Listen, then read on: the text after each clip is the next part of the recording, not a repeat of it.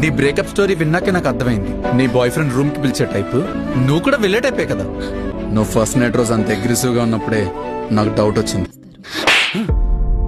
నాన్న నాన్న అని అర్హత కోల్పోయావు నువ్వు. పాపిష్టుడా, నేను నీ కొడుకుని అది వదిలేసి తనకి సపోర్ట్ చేస్తావేంటి నువ్వు? తను నీ కోసం, మన కుటుంబం కోసమే బతికిందిరా.